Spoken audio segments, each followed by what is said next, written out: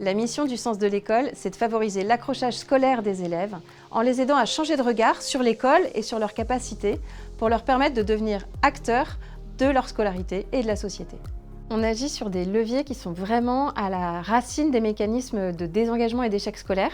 Il s'agit de représentations que les enfants peuvent avoir sur eux-mêmes et sur l'école. Peur La peur de quoi? de rater ce que tu fais ou alors que les gens ne soient pas fiers de toi. La peur de se tromper ou de décevoir les autres. Ok, c'est un très bon caillou dans la chaussure. On travaille sur le sentiment d'appartenance à l'école. On cherche à favoriser aussi une conception dynamique de l'intelligence et non figée. Et on cherche à leur faire comprendre, en tout cas réfléchir au sens et à la raison d'être de leur scolarité. On travaille vraiment sur des choses qui sont essentielles pour à la fois la réussite et le bien-être à l'école. Un bébé, en moyenne, va tomber 2000 fois avant de réussir à marcher. 2000 fois. Est-ce que vous connaissez des bébés qui se sont découragés en disant « Oh non, ça c'est trop difficile, c'est pas grave, je marcherai pas ». Quand on travaille sur le sentiment d'appartenance, on travaille évidemment énormément sur le climat scolaire. Quand on travaille sur l'état d'esprit de développement, on travaille beaucoup sur la persévérance scolaire. Et quand on travaille sur la raison d'être, on est beaucoup plus sur des questions d'engagement citoyen ou d'orientation déjà avant la lettre. En tout cas, les trois se complètent et se nourrissent l'une l'autre.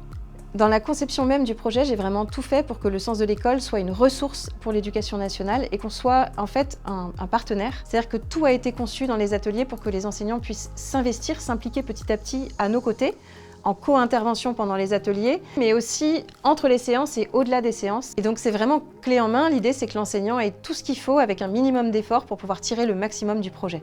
J'ai aimé quand on a dit toutes les qualités qu'on avait sur le tableau.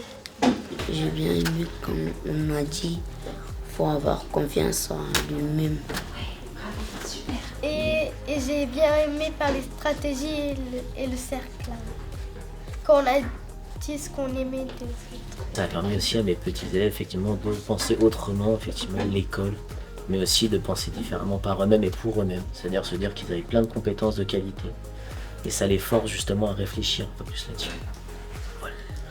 Ça leur a permis de comprendre davantage effectivement le fait que chacun ait ses difficultés et que chacun peut réussir à les surmonter.